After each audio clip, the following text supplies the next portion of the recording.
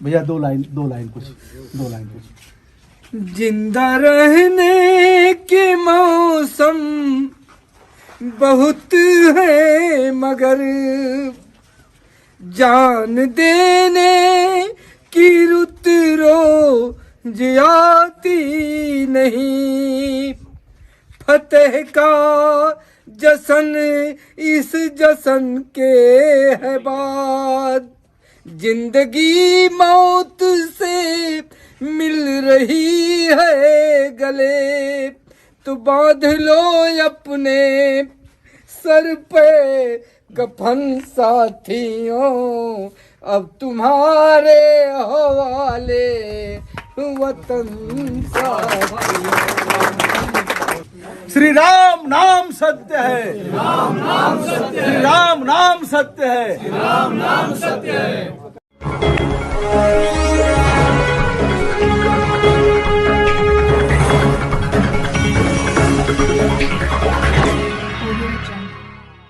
ये हैं उत्तर प्रदेश के रहने वाले ब्रजभूषण जी। यूट्यूब पर ही काफ़ी एक्टिव रहते हैं, मैं भी इनको काफ़ी देखता हूँ। इन्होंने अभी हाल ही में एक बहुत बड़ी मिसाल पेश की है। इनके पिताजी अभी उनका स्वर्गवास हुआ और इससे पहले इनकी माताजी का भी स्वर्गवास हुआ था।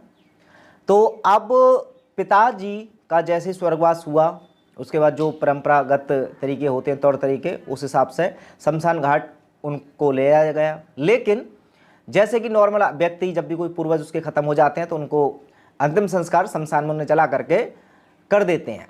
लेकिन ब्रजभूषण जी ने अपने पिताजी को अंतिम संस्कार के रूप में शमशान घाट ले तो गए लेकिन वहाँ जलाया नहीं, मेडिकल कॉलेज को सौंप दिया। क्योंकि मेडिकल कॉलेज वालों के लिए बहुत सारी डेड बॉडी की आवश्यकता रहती है, बहुत सारी रिसर्च करने के लिए। तो वो नॉर्मली तो लावारिस जो लाशें होती हैं या इधर उधर पड़ी मिल जाती है उन्हें लाशें, उन पर एक्सपेरिमेंट करते हैं।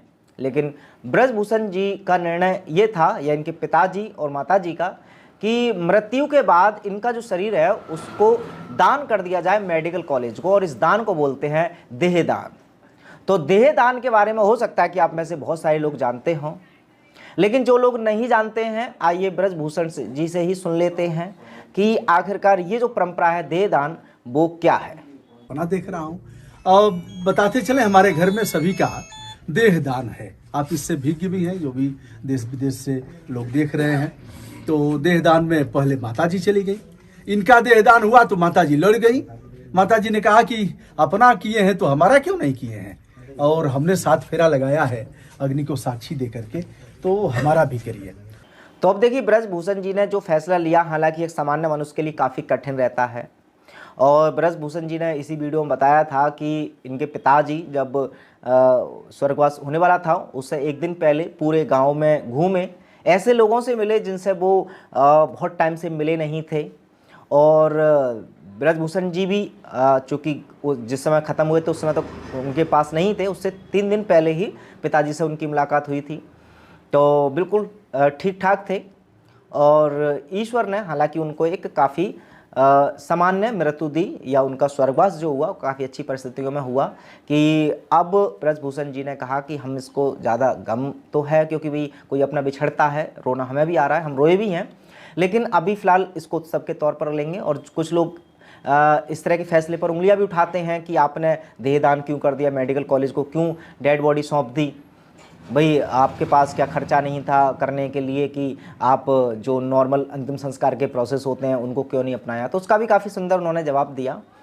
तो ले दे करके ये एक बहुत बड़ी पहल जो ब्रजभूषण जी ने की है, इसके लिए हम भी ग्लोबी न्यूज़ के तरफ से शुभकामनाएं भी देते हैं और उनका धन्यवाद भी कि उन्होंने एक बहुत बढ़िया एग्जाम्पल पेश किया।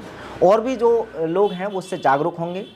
वहाँ पर उपस्थित कुछ मीडिया के लोगों ने ब्रजभूषण जी ने पूछा भी कि यदि जो लोग देहदान करना चाहते हैं उनको करना क्या होता है। तो आइए ब्रजभूषण जी से ही सुन लेते हैं कि यदि देहदान किसी को करना होता है तो क्या प्रोसेस होता है। गुरुजी, अगर इस प्रथा को अगर कोई आगे बढ़ाना चाहता है तो क्या कर सकता है? मान लीजिए अगर हम चाहते हैं कि इस प्रथा को आगे बढ़ाना, तो फार्म भरने का नियम है कि देहदान का फार्म भरा जाए। फार्म अगर नहीं भरा है तो आज एक मेडिकल कॉलेज को 1 महीने में 42 पार्थिव शरीरों की जरूरत है। अब मिल नहीं पाता है, सड़ी गली लाशों से लोग काम चलाते हैं। लावारिस लाश को भी एक सप्ताह कोई था ही नहीं, 1 सप्ताह रखना है तो इस परंपरा को और भी आगे बढ़ाएं। इतना सुंदर कोई था ही नहीं। पूरे वर्ल्ड में एशिया की बात कर रहा हूँ कि आज हमारे पितामह आज उस जगह पर है, न कोई स्वार्थ न कोई गलती विचार।